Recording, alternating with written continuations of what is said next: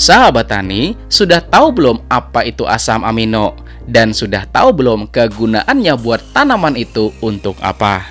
Dan sudah tahu belum bagaimana cara kita buat mendapatkan asam amino tersebut dan apa aja sih kira-kira bahan-bahannya? Maka di dalam video kali ini saya akan jelaskan satu persatu yang dimulai dari apa itu asam amino yang dibahas pada awal video ini.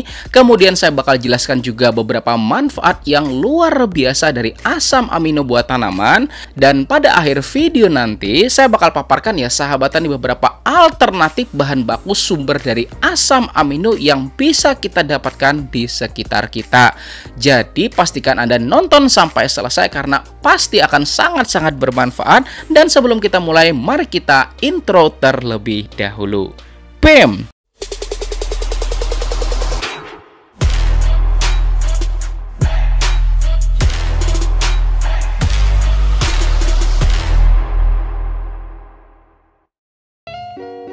Dan sebelum kita mulai, silahkan klik dulu ya tombol jempolnya, jempol dan jempol yang banyak kayak gitu loh. Mudah-mudahan video ini bisa bermanfaat buat kita semua. Amin.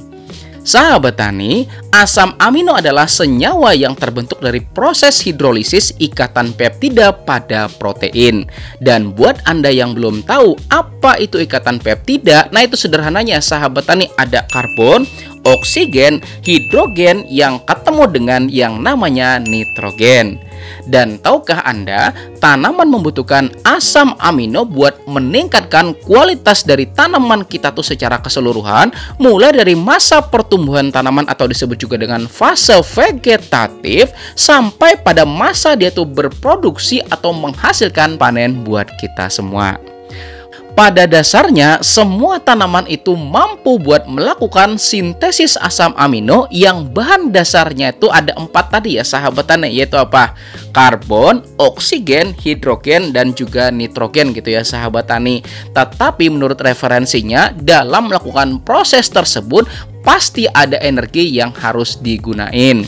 Makanya dengan kita melakukan pemberian asam amino pada tanaman kita, artinya kita sudah membiarkan tanaman kita tuh tidak menggunakan sebagian dari energinya. Sehingga energi tersebut bisa lo digunakan buat tujuan tertentu lainnya gitu ya sahabat tani. Dan sebelum saya jelasin bagaimana cara kita buat mendapatkan asam amino ini dan apa aja sih kira-kira bahan-bahannya, mari saya jelasin terlebih dahulu ya sahabat tani beberapa manfaat yang luar biasa dari pemberian asam amino buat tanaman kita. Pertama, dengan kita tuh memberikan asam amino, maka kita akan membiarkan tanaman kita tidak menggunakan sebagian energinya buat memproduksi sendiri asam amino tersebut. Sehingga energi tersebut bisa loh digunakan buat keperluan tertentu lainnya gitu ya sahabat tani. Kemudian yang nomor 2, dengan pemberian asam amino pada tanaman itu dapat loh meningkatkan kesehatan klorofil tanaman kita sehingga dapat meningkatkan laju proses fotosintesis. Ketiga, pengaplikasian asam amino pada tanaman dapat loh meminimalkan terjadinya stres lingkungan, terutama bagi kita yang sekarang ini ya sahabat tani mudah banget berubah-ubah cuaca gitu ya sahabat tani, bener nggak? Keempat, asam amino juga berfungsi sebagai fitohormon atau yang biasa kita kenal dengan istilah ZPT atau zat pengatur tumbuh. Kelima, pengaplikasian asam amino melalui penyemprotan yang tiba-tiba kemudian netes ke tanah gitu ya sahabat tani, ternyata berdampak positif loh, yaitu dapat meningkatkan aktivitas mikroorganisme pada tanah. Malah jadi double kan manfaatnya, ya enggak? Kita ngasih nutrisi asam amino pada tanaman dan kemudian tiba-tiba misalnya netes ke tanah, pada akhirnya juga menyehatkan mikroorganisme pada tanah. Mantap. Kemudian yang selanjutnya yaitu yang keenam ya sahabat tani, ada referensi itu menyebutkan bahwa dengan pemberian asam amino itu dapat loh membuat durasi terbukanya stomata tanaman menjadi jauh lebih lama sehingga memungkinkan tanaman kita tuh buat berfotosintesis atau menghasilkan energi yang lebih banyak lagi. Kemudian yang ketujuh, asam amino juga dapat loh mempengaruhi kualitas dan juga kuantitas dari hasil panen tanaman kita. Dan yang kedelapan, asam amino dapat pulihkan tanaman yang sakit. Nah, sampai di sini ya sahabat tani, mungkin Anda sudah penasaran bagaimana cara kita mendapatkan asam amino tersebut, ya enggak? Dan apa aja sih kira-kira bahan-bahan yang diperlukan, ya enggak? Maka ya sahabat tani, ini dia 6 bahan yang bisa dijadikan alternatif dalam menghasilkan asam amino. Pertama dan yang paling gampang buat dicari yaitu adalah telur. Telur merupakan bahan yang wajib ada di dapur kita, bener nggak? Karena selain merupakan bahan utama dalam pembuatan beberapa masakan, telur juga berfungsi sebagai P3K atau P3K, pertolongan pertama pada orang kelaparan. Pokoknya kalau udah lapar kayak gitu loh, ambil telur kayak gitu loh, kemudian kasih garam, kocok bentar, biar gitu loh, masukin di wajan, 2-3 menit kemudian langsung matang jadi telur dadar, ya nggak sahabat tani? Nah, ternyata di dalam telur juga mengandung loh 17 macam jenis asam amino yang selain bagus buat kita ini ya sahabat tani, juga bagus loh ketika kita aplikasikan pada tanaman. Dan buat Anda yang bertanya, bagusan telur ayam apa telur bebek gitu ya enggak? Maka menurut sebuah jurnal berjudul Perbandingan Kadar Asam Amino dalam Telur Ayam dan Telur Bebek dengan High Speed Amino Acid Analyzer, ternyata hasilnya nggak jauh beda loh ya sahabat tani, antara telur ayam dengan telur bebek. Artinya Anda mau pakai telur ayam kah misalnya, mau telur bebek kayak itu nggak jadi masalah gitu ya sahabat tani. Dan insya Allah pada video selanjutnya kita bakal buatin ya sahabat tani tutorial pembuatan telur menjadi pupuk kaya asam amino buat tanaman, buat pulihkan tanaman-tanaman yang sakit. Setuju? Kemudian yang kedua yaitu ikan. Ikan juga memiliki kandungan asam amino yang tinggi.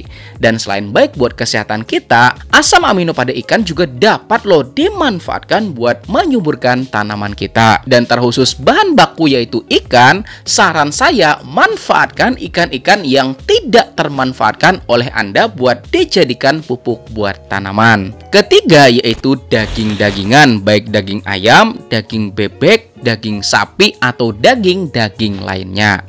Misal, ini yang paling sering kejadian loh di kampung-kampung, dan saya sampai gemes loh kalau ini kejadian. Apa coba? Pas lagi asik-asik motoran gitu kan, tiba-tiba ayam nyebrang gitu aja, nggak ada sen kiri, nggak ada sen kanan, langsung nyebrang gitu ya sahabat tani. Akhirnya ketabrak gitu ya sahabat tani. Kalau sempat disembelih ya alhamdulillah ya enggak.